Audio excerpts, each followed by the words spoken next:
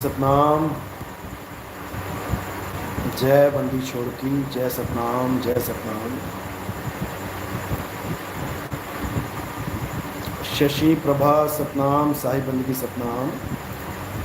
शबद गुरु सूरत धुन चेला, साहिब बंदगी सतनाम। स्नेहा दासी, साहिब बंदगी सतनाम। अंकुर दास फरुखाबाद, साहिब बंदगी सतनाम। सतनाम है सार बाकी सब असार, साहिब बंदगी सतनाम। बबीता साहिब बंदगी सतनाम। जगदीश साहिब बंदगी सतनाम। स्वयं सिद्ध परमात्मा सतनाम, सतनाम, सतनाम। चल हंसा उस देश जहाँ साहिब का वासा, जय सतनाम, जय सतनाम। गुरु शरणम साहिब बंदगी सतनाम। नंदूदास विजय सोलंकी, जय सतनाम। ऋषि सतनाम, साहिब बंदगी लखनऊ से। सन ऑफ गॉड साहिब बंदगी सतनाम। रेखा नेगी साहिब बंदगी। किरण देवी जय सतनाम। धनंजय नामदेव सतनाम, साहिब बंदगी। प्रदीप कुमार जय सतनाम, जय सतनाम। सुंदर लाल साहिब बंदगी सतनाम। खेमदास सतनाम। प्रमिला सतनाम। दास सतनाम। वैशाली जय सतनाम। चौहान जय सतनाम। सुनिधि पाठक जय सतनाम। किरण देवी साहिब बंदगी। पिंकी सतनाम, साहिब बंदगी। शील चौहान जय सतनाम। संदीप सिंह जम्मू से जय सतनाम। महेंद्र पंडित सतनाम, साहिब बंदगी। प्रवीण शर्मा जय सतनाम। मोहन मीना जय बंदी छोड़ की। जीतू धनानी सतनाम। कविता सराफ साहिब बंदगी सतनाम। विवेक जय सतनाम। नंदू दास साहिब बंदगी सतनाम। तो परमपिता परमात्मा की दया से, मालिक की मौत से मूल ज्ञान का प्रचार पूरे विश्व में फैल रहा है। और बहुत खुशी की बात है कि भारत में भी इतना ज़बरदस्त फैल रहा है और लोग अब हमारी बातों को समझ पा रहे हैं। ऐसी मालिक की मौज हो गई है। पहले नहीं समझ पा रहे थे, पहले विरोध हो रहा था। अब एक सत्संग सुनते ही लोगों को समझ जा रही है बात। और ऐसा इसलिए हो रहा है क्योंकि उन्होंने पिछले संतों के, पिछले गुरुओं के सत्संग अच्छे से सुने हैं, समझे हैं। पिछला कोर्स कंप्लीट है, इसलिए आगे का रास्ता खुला है। सतनाम, साहिब बंदगी सतनाम, सतनाम। वीडियो सही नहीं आ रही है क्या? वीडियो सही चल रही है? ऑडियो और वीडियो साफ है? थोड़ा बताओ मुझे।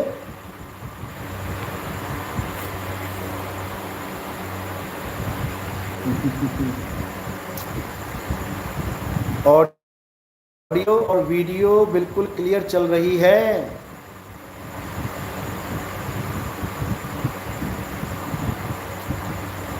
चलो, बहुत अच्छी बात है।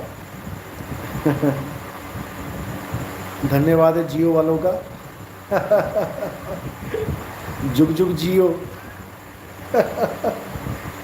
अमीरस पियो और जुग जुग जियो। सतनाम।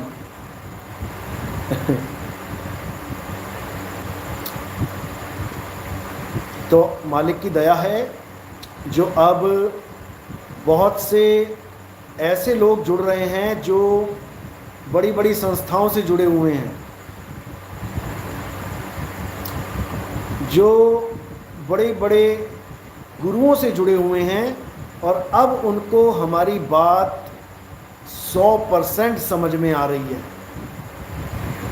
बेचारे कुछ 5 नाम में उलझे पड़े थे। बहुत बड़ी संस्था है पूरी दुनिया में, मुझे लगता है सबसे बड़ी संस्था यही है जो 5 नाम देते थे। ज्योत निरंजन, ओंकार, रारंकार, सोहंग, सतनाम। ये नाम देने वाले गुरुओं ने तो जीवों को उलझा ही दिया 5 नाम में, लेकिन ये खुद नहीं समझ पाए कि हम 5 नहीं, हम 6 नाम दे रहे हैं। ये 5 नाम वाले गुरु नहीं, ये 6 नाम वाले गुरु हैं। इनका जो पहला ही नाम है वो 2 नामों का मिश्रण है। वहाँ पर 2 धनी हैं, 1 धनी नहीं है। ये हम प्रमाण के साथ खोलेंगे। जब सत्संग 210 से स्टार्ट करेंगे तो हम सारा कुछ खोल देंगे। अभी तो 1 बूंद आई है, केवल अभी 1 बूंद आई है। समुंदर अभी बाकी है, अभी वेद खुलना बाकी है, अभी सारे पुराण खुलने बाकी हैं, अभी कुरान खुलनी बाकी है, अभी बाइबल, इंजील, तौरात खुलने वाली है, अभी सारे ग्रंथ खुलेंगे। समुंदर तो पीछे है। अभी तो केवल 1 बूंद, 1 अमृत की बूंद आई है, जिससे आप अमृत हो सकते हो। ऐसी बात नहीं है कि जिसको अभी तक ज्ञान मिला वो अधूरा है, ऐसा नहीं है। मुक्ति के लिए बहुत इनफ है, ये मुक्ति के लिए बहुत है। जितना समझ लिया है समझ लो, लेकिन पूरे संसार को एक करना है, सारे धर्मों को एक करना है, हिंदू, मुसलमान, सिख, ईसाइयों को एक करना है। उसके लिए सबके ग्रंथ खोलने पड़ेंगे। वही है ज्ञान का सागर, क्योंकि उसी ज्ञान से सारी दुनिया के धर्म चल रहे हैं। आधी दुनिया मुसलमान, आधी दुनिया ईसाई बनी बैठी है उसी ज्ञान से, और उसी ज्ञान को खोल के रख दिया जाएगा। कौन सा वो पहाड़ है जिस पे हर मोमिन को चढ़ना है? कौन सा वो पहाड़ है जिस पे हर मुसलमान को चढ़ना है? कौन सा वो पहाड़ है जिस पे चढ़ के अल्लाह से बात होगी? और अभी पहाड़ चढ़ाया जाएगा सबको। ये मत सोचना कि मूसा चढ़ के चले गए, बात करके चले गए, हमारे किस काम का वो पहाड़। ऐसा नहीं है, ऐसा बिल्कुल नहीं है। अभी सब चढ़ेंगे पहाड़, अभी चढ़ाई बाकी है।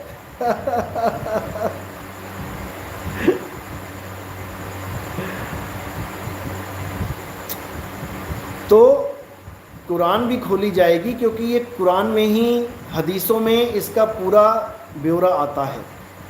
हदीसें खोली जाएंगी, बाइबल खोली जाएगी। बाइबल में बताया जाएगा कि ईसा मसीह एक तरफ कहते हैं कि I am son of God, और एक तरफ कहते हैं I and my father are one. आखिर क्या भेद है इसके पीछे?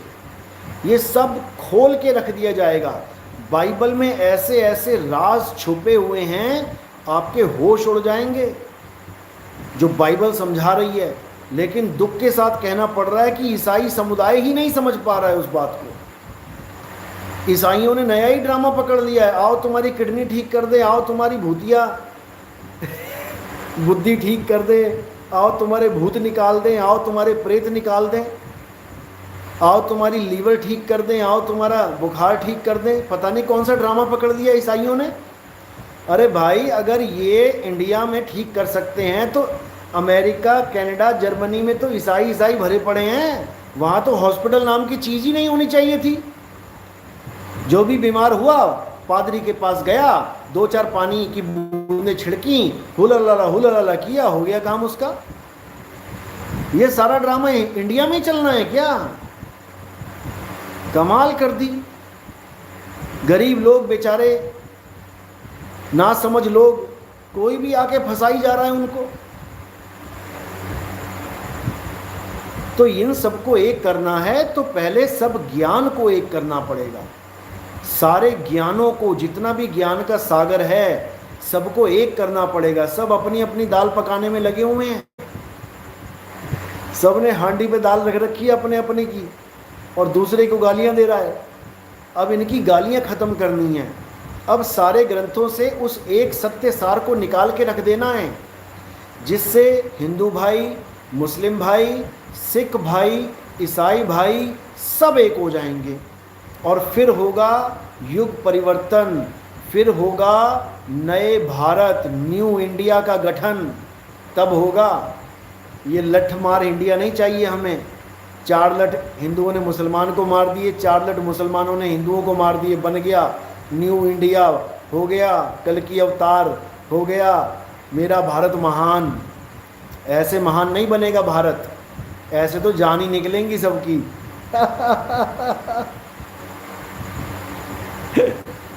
तो भाई एक होना है तो पहले ज्ञान को समझना है। कोई ज्ञान, कोई भी ज्ञान है इस दुनिया का, हर ज्ञान में गुप्त भेद छुपे हुए हैं, समझ लो। ऐसे ऐसे गुप्त भेद हैं ग्रंथों में कि तुम सोच नहीं सकते।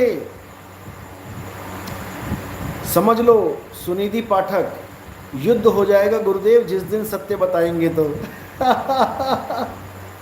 वो पागल होंगे जो युद्ध करेंगे, जो विवेकी हंस होंगे, जो अल्लाह के उस मेरे मालिक के उस नबी के जो सच्चे बच्चे होंगे, अच्छे बच्चे होंगे, वो बात को समझेंगे, वो युद्ध नहीं करेंगे।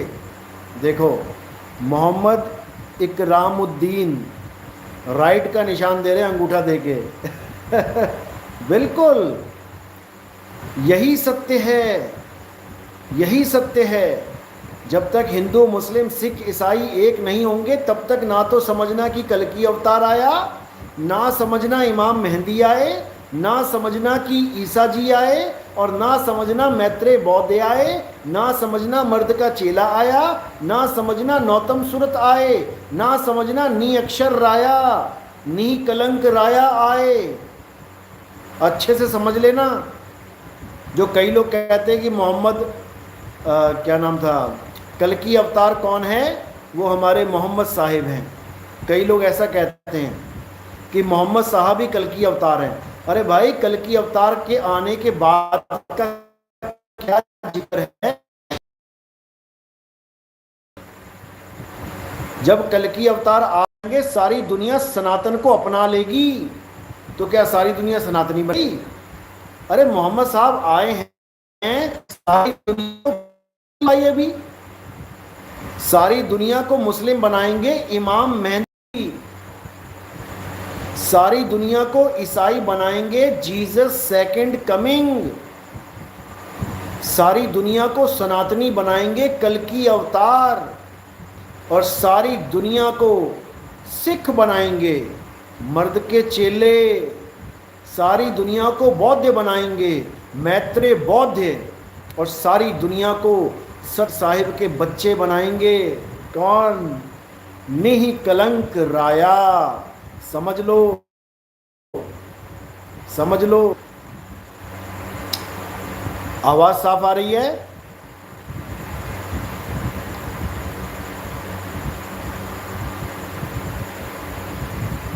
आवाज साफ आ रही है मेरी? वीडियो साफ चल रही है?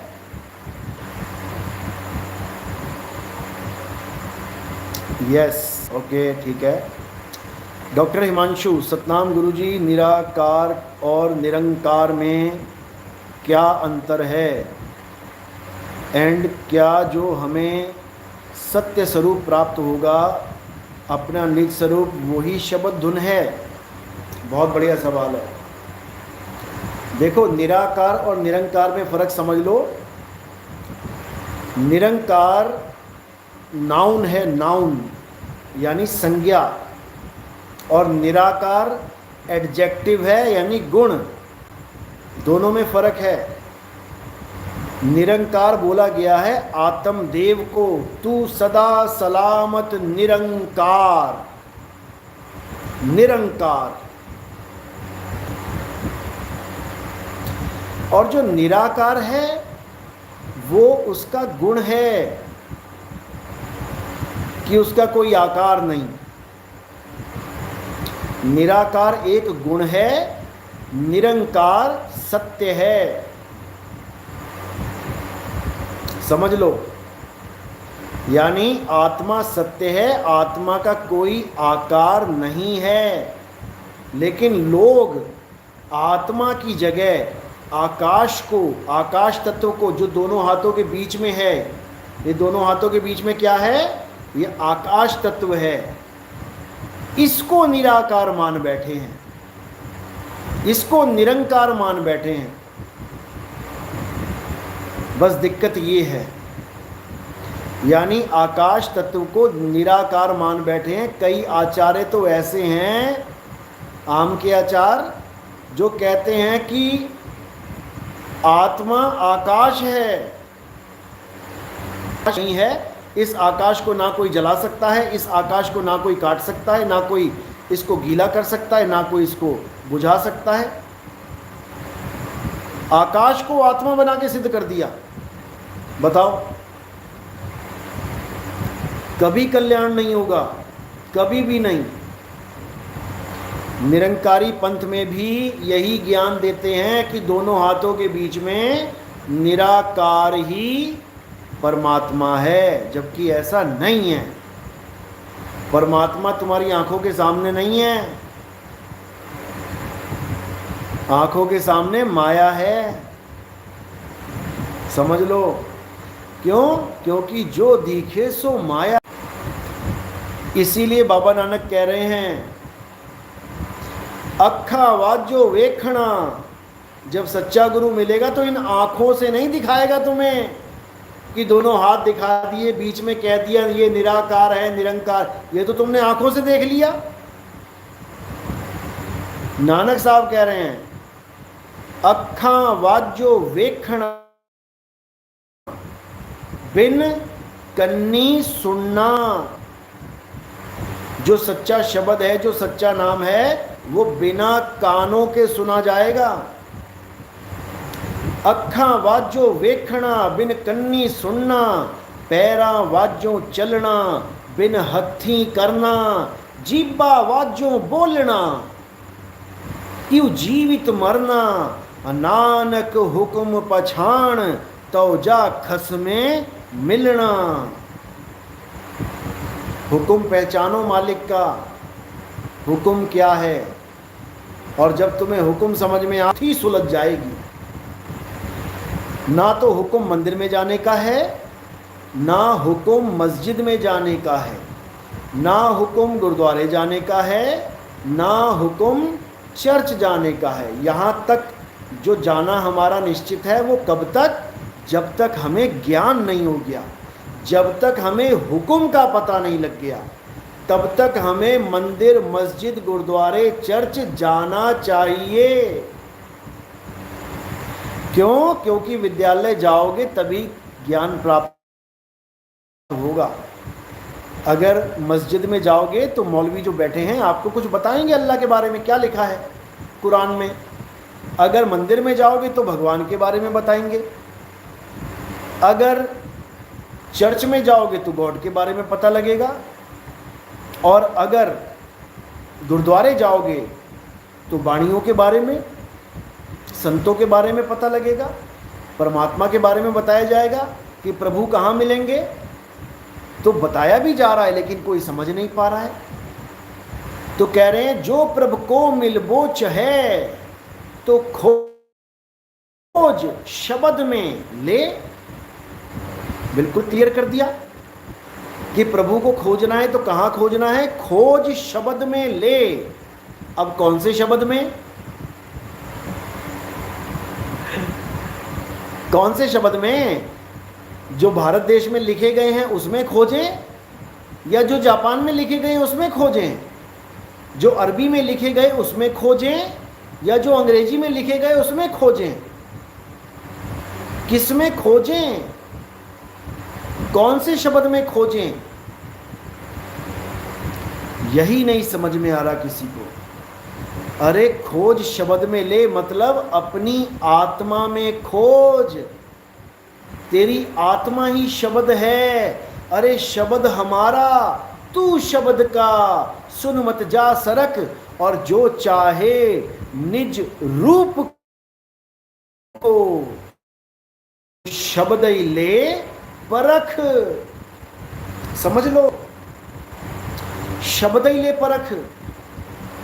शब्द की परख करनी है हमने। आत्मा को परखो।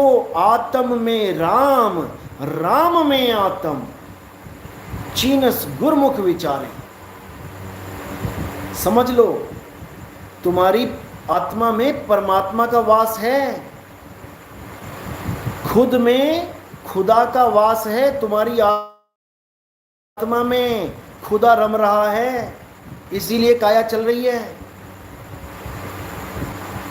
समझ लो। मोहम्मद इकरामुद्दीन, गुड। हमारी हर बात गुड ही है। सबसे बड़ी दिक्कत लोगों को यही है कि ये हर बात सही क्यों बोलता है। सबसे बड़ी दिक्कत यही है। आत्मनिर्भर, वेरी गुड। साहिब बंदगी सतनाम। सुशील चौहान, गुरुजी लाइव सत्संग कहाँ होने वाला है मुझे बताओ, मुझे दूसरी दीक्षा चाहिए। कोई बात नहीं, थोड़ा सा वेट करो, अभी बनेंगे प्रोग्राम। 2025 में सत्संग शुरू हो जाएंगे।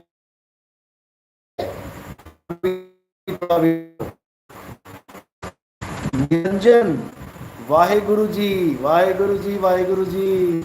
और कैसे हो? वाहे गुरु जी की पे ठीक ठाक हो? सुशील चौहान सतनाम। डॉक्टर हिमांशु, धन्यवाद गुरु जी। आकीब खान, साहिब बंदगी सतनाम गुरु जी, सतनाम जी सतनाम। और खान साहब ठीक ठाक हो? मुन्ना खान, गुरु जी मुझे एक बात बताओ, राम जी तो एक इंसान थे, पर उन्हें भगवान क्यों बताते हैं?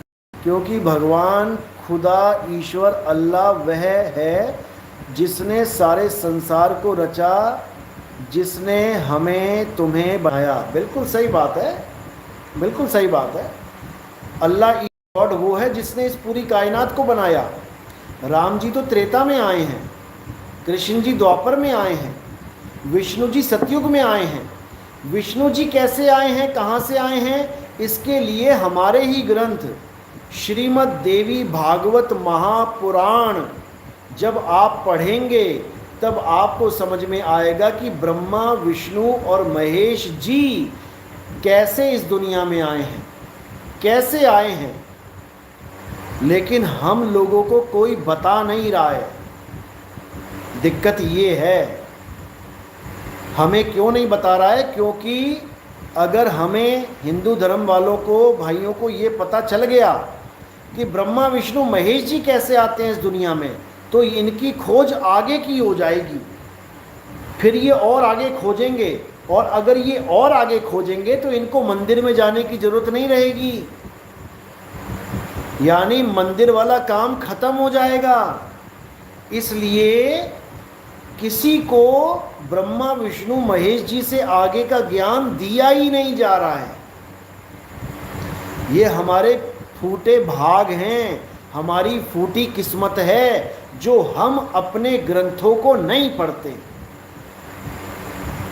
मुसलमानों में, मुसलमान भाइयों में सबसे अच्छी बात क्या है कि बच्चे बच्चे को कुरान रटवा दी जाती है बचपन में ही, मदरसों में।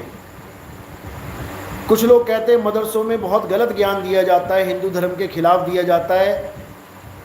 वो भी सेकेंडरी है, जाने दो। सब में यही चल रहा है। हिंदुओं को मुसलमान के लिए भड़काया जाता है, मुसलमानों को हिंदुओं के लिए।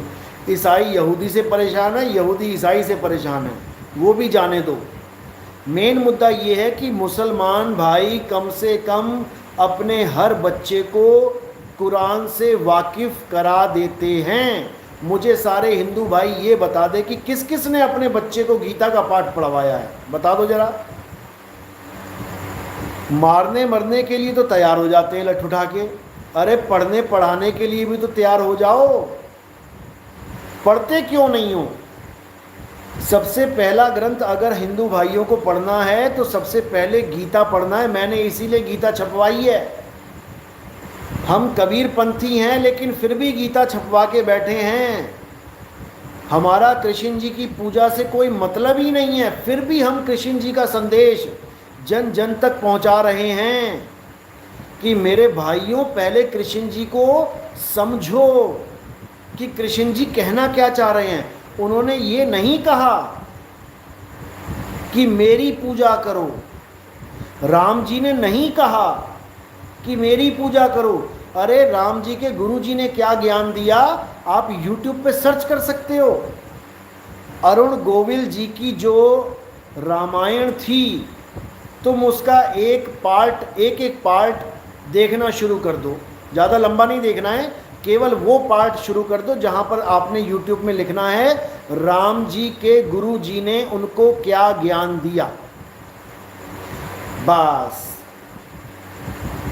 या लिख दो राम जी के गुरु जी का संवाद, बस तुम ये 1 घंटे का देख लो, तुम्हें खुद समझ में आ जाएगा कि राम जी के गुरु जी समझा रहे हैं कि हे राम, अगर तुम जन्म मरण से मुक्ति प्राप्त करना चाहते हो तो आत्मा को जानो।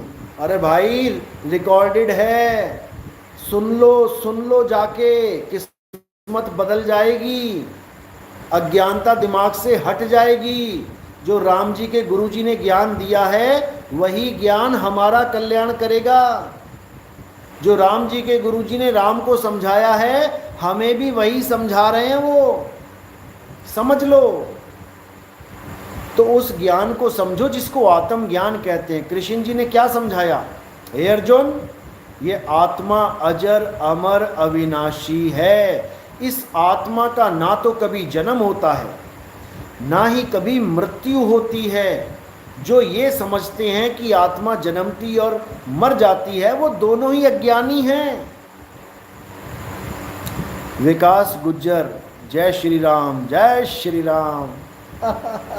देखो, जय करने में कोई बुराई नहीं होती।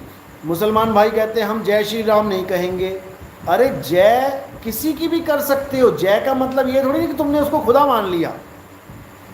जब मुसलमान शासक आए और मुसलमान शासक के दरबार में जब जय जयकार लगती थी, महाराज अकबर पधार रहे हैं, अकबर महाराज की जय, तो भैया अकबर की जय क्यों बोलते थे। उसके बाद कोई शाहजहां आ गया, उसके आगे क्यों सजदा करते हो, झुकते हो, महाराज की जय हो, महाराज की जय हो। तब कहाँ चला जाता है तुम्हें कि अल्लाह के अलावा कहीं और सजदा नहीं करना है। ये सब हमें गलत पाठ पढ़ाए गए हैं लड़ने लड़ाने के लिए। अगर कोई राम जी की जय बोलता है तो आप उसको बोल सकते हैं, राम जी की जय, कृष्ण जी की जय, गणेश जी की जय। जय का मतलब है एक सम्मान देना, इससे ज्यादा कुछ नहीं। समझ लो, जय खुदा, क्या बात है। आरजे देसाई, जय खुदा, क्या बात है।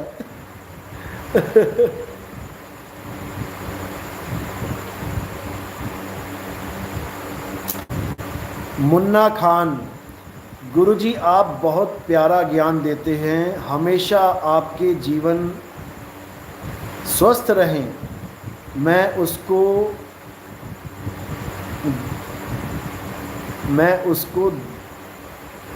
क्या लिखा आपने, इस बार ये दुआ करता हूँ क्योंकि तुम एक ही परमात्मा की, एक ही खुदा की, एक ईश्वर की बात करते हो। तुम यह कहते हो कि सर झुके तो उस मालिक के आगे झुके, खुदा के आगे झुके, परमात्मा के आगे झुके। तुम एक परमात्मा का संदेश देते हो। बिल्कुल, परमात्मा एक है, खुदा एक है, अल्लाह एक है, वाहिगुरु एक है, गॉड एक है, रमता राम एक है। और वो एक कभी पैदा नहीं हुआ और कभी मरेगा नहीं। इतना समझ लो, वो ऐसा एक है जो ना तो कभी पैदा हुआ और ना कभी वो मरेगा। उस एक की पहचान ही यही है। अगर तुम उसको छोड़ के किसी और एक के चक्कर में पड़ गए जो पैदा हो रहा है और मर रहा है, तो भैया you are on the wrong track. You have to change your mentality. कुछ बनने वाला नहीं है। अपने विवेक को बढ़ाओ, अपने विचारों को और तीव्रता से और कशिश के साथ, जैसे कहते हैं ना, इमाम मेहंदी आएंगे घोड़े पे सवार होके आएंगे। और देखो, घोड़ा ही है सबसे मेन। इमाम मेहंदी भी घोड़े पे आएंगे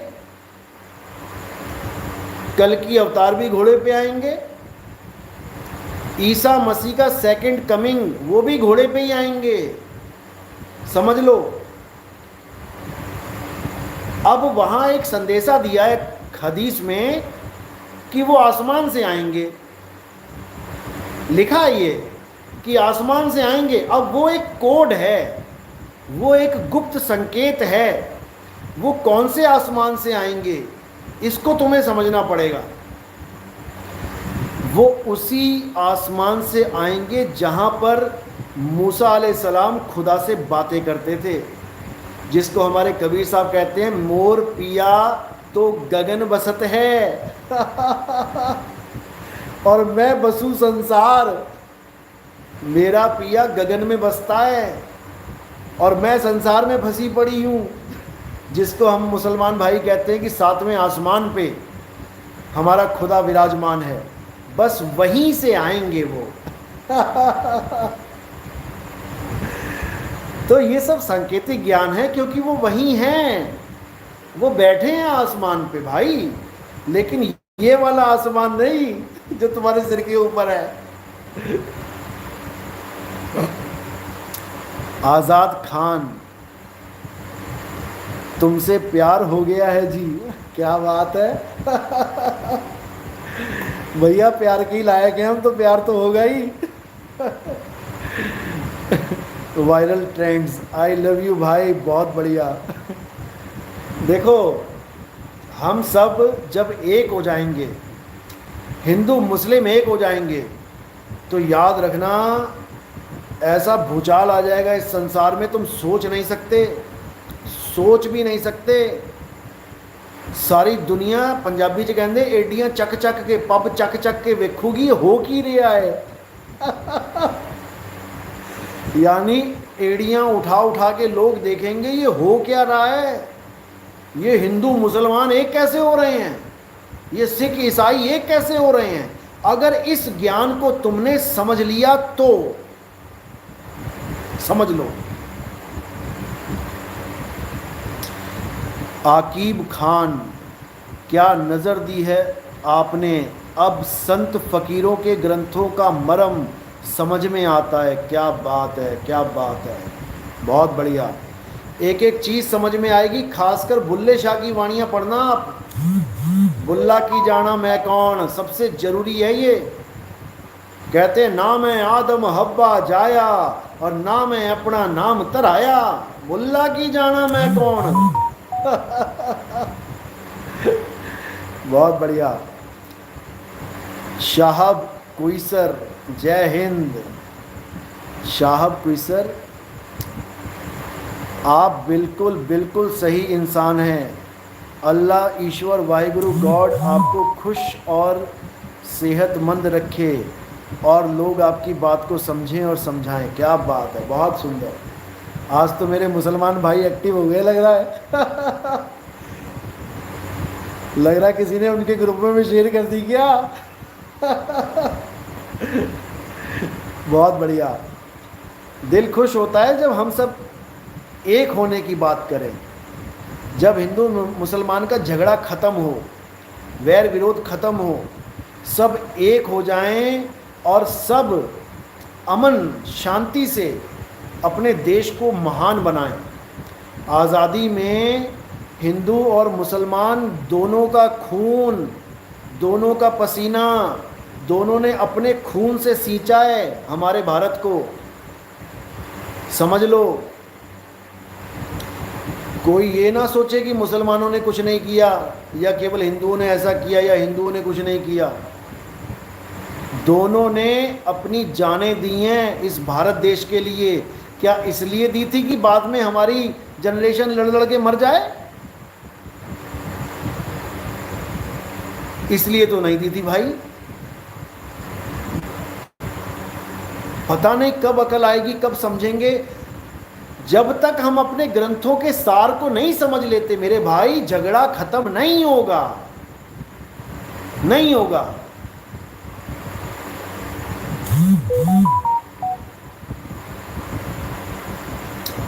मोहम्मद इकरामुद्दीन, लेकिन मुझे बहुत बहुत अच्छी लगी आपकी बात, माशा अल्लाह, बहुत खूब। सब मालिक की मौज है, परमात्मा अल्लाह वाहिगुरु की मौज है। क्योंकि जब तक हम गहराई में नहीं उतरेंगे तब तक हम लहरों में ही फंसे रहेंगे। समुद्र के ऊपर लहरें अनंत हैं, लेकिन जब गहराई में जाएंगे तो समुद्र एक है, के पीछे नहीं भागना है। लहर का मतलब क्या है? कोई श्याम के पीछे, कोई हनुमान के पीछे, कोई माता के पीछे, कोई किसी के पीछे, कोई बाबा नानक के पीछे, कोई कबीर साहब के पीछे, कोई रविदास जी के पीछे, कोई किसी शरीर के पीछे, कोई किसी शरीर के पीछे। सब शरीरों के पीछे भाग रहे हैं, लहरों के पीछे भाग रहे हैं। जैसे ही गहराई में आएंगे एक समुंदर पाएंगे, और वो एक समुंदर कौन है? वही परमपिता परमात्मा है, वही अकाल पुरुष है, वही अल्लाह अकबर है, वही गॉड है, वही सब कुछ है। समझ लो, वही सब कुछ है। सुनिधि पाठक, मैं तो आपके पीछे, मेरे पीछे भी नहीं लग रहा तो भाई मेरे पीछे भी नहीं लगना है। मैं जिसके पीछे लगा रहा हूं उसके पीछे लगना है। किसी गलत फहमी में रहो कि मेरे पीछे लग जाओ, मेरे पीछे लगोगे शमशान घाट से आगे नहीं जा पाओगे। उसके पीछे लगना है जो अजन्मा है, जो नित्य है। समझ लो, जो पैदा नहीं होता, जो मरता नहीं है, उसके पीछे लगना है। मोहम्मद साहब ने उसी को बोला है कि अल्लाह के जिक्र में रहो, यानी 24 घंटे उस अल्लाह को याद करते रहो। इसका मतलब ये नहीं कि 24 घंटे तुम ला इलाहा इल्लल्लाह मुहम्मद रसूलुल्लाह जपोगे, बिल्कुल नहीं, बिल्कुल नहीं। जपना कुछ नहीं है, अल्लाह को याद करना है 24 घंटे। यही कबीर साहब कह रहे हैं कि अगर तुम मुक्ति चाहते हो तो 24 घंटे 8 पहर खुदा को याद करो। केवल 5 टाइम की नमाज में नहीं उलझ जाना कि मैंने तो 5 टाइम की नमाज पढ़ ली, मेरा हो गया फर्ज। फर्ज केवल नमाज नहीं है, फर्ज जिक्र है। जिक्र अल्लाह का जिक्र के लिए तुम्हें नमाज पढ़ने की भी जरूरत नहीं है। नमाज वो पढ़े जो अल्लाह का जिक्र करना नहीं जानता, वो नमाज पढ़े।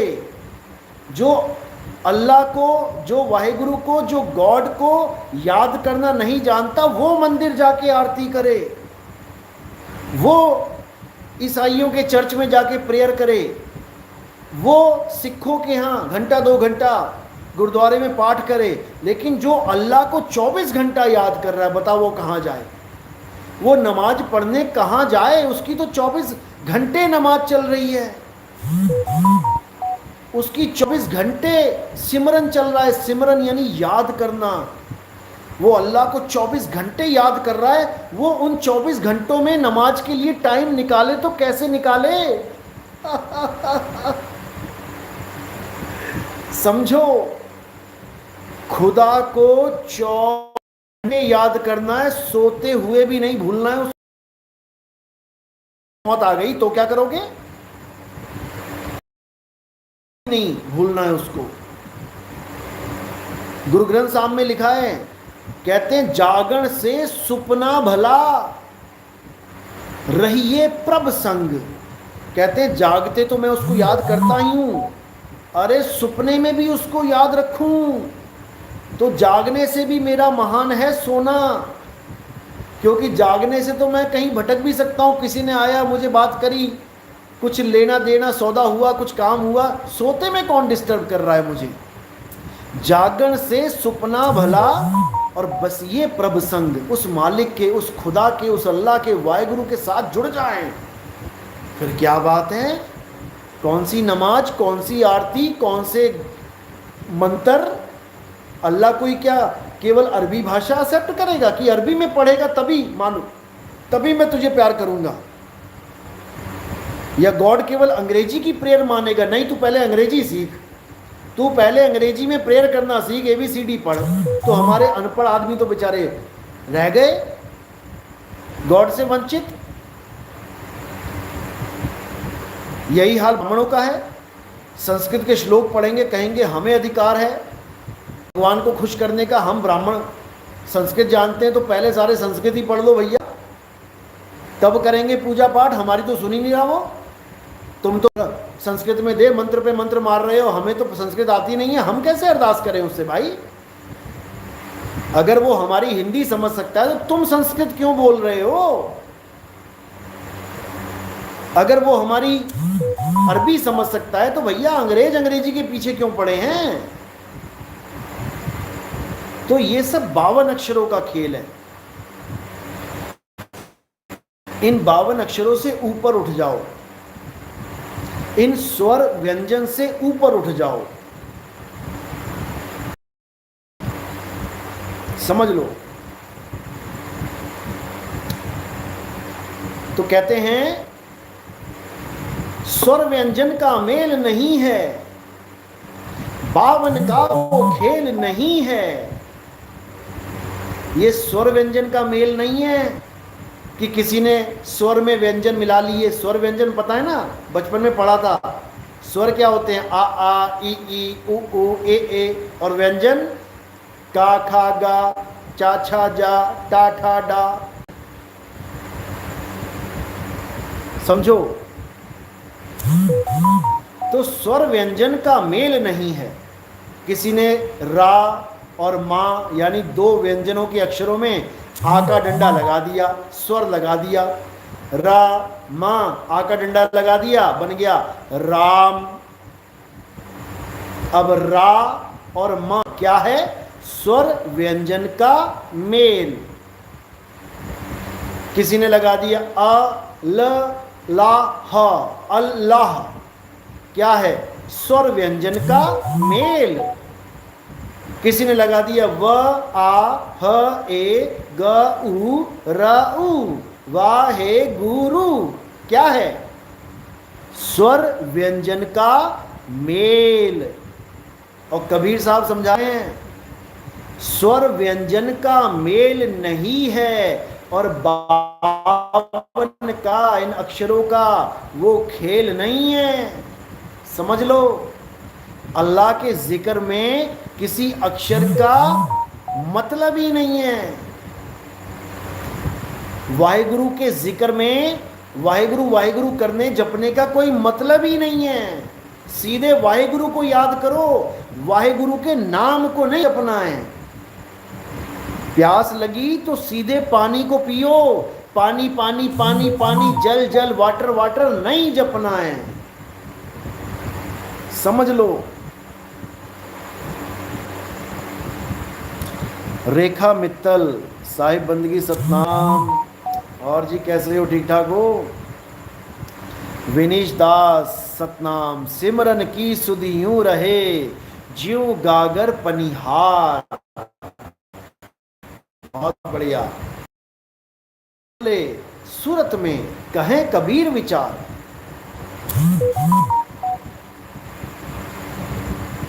मुन्ना खान, गुरुजी आपके चेहरे पर जो दाढ़ी सजा रखी है, भैया असली है ये, सजा रखी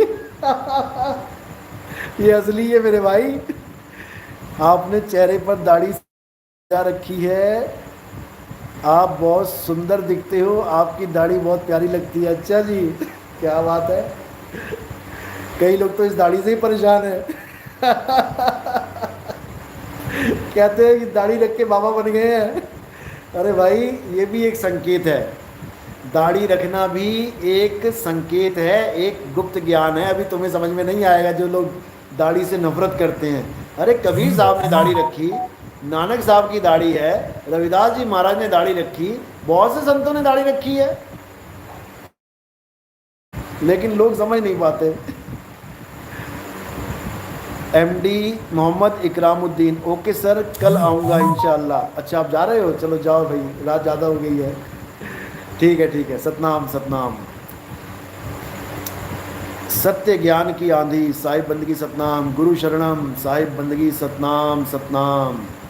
डॉक्टर हिमांशु, कोई गुरु का ज्ञान आज तक ये नहीं होगा कि अंड पिंड के बाहर सत आत्म देव परमात्मा है।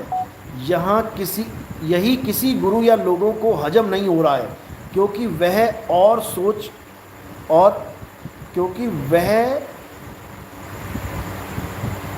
कुछ गड़बड़ है। यहाँ तक सोच और पहुँच नहीं पा रहे हैं। बिल्कुल सही बात है, क्योंकि लोग यही समझते हैं कि अल्लाह खुदा वाहिगुरु गॉड कहाँ है, हमारे शरीर में है। वो शरीर में मान बैठे हैं। जो लोग ये मानते हैं कि भगवान परमात्मा हमारी बॉडी के अंदर है, वो असल में गलत फहमी में हैं। इस शरीर के अंदर नहीं है खुदा, वो हमारी आत्मा में है। आत्मा में परमात्मा का वास है। खुद में आ तो मिलेगा खुदा। खुद का मतलब ये काया नहीं है, ये काया खुद नहीं है। अरे खुदी को कर बुलंद इतना, खुदी, ये काया नहीं, समझो।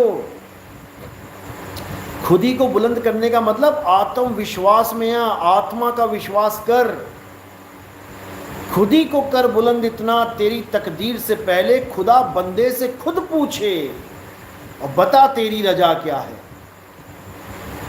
समझो, तो बात ये है।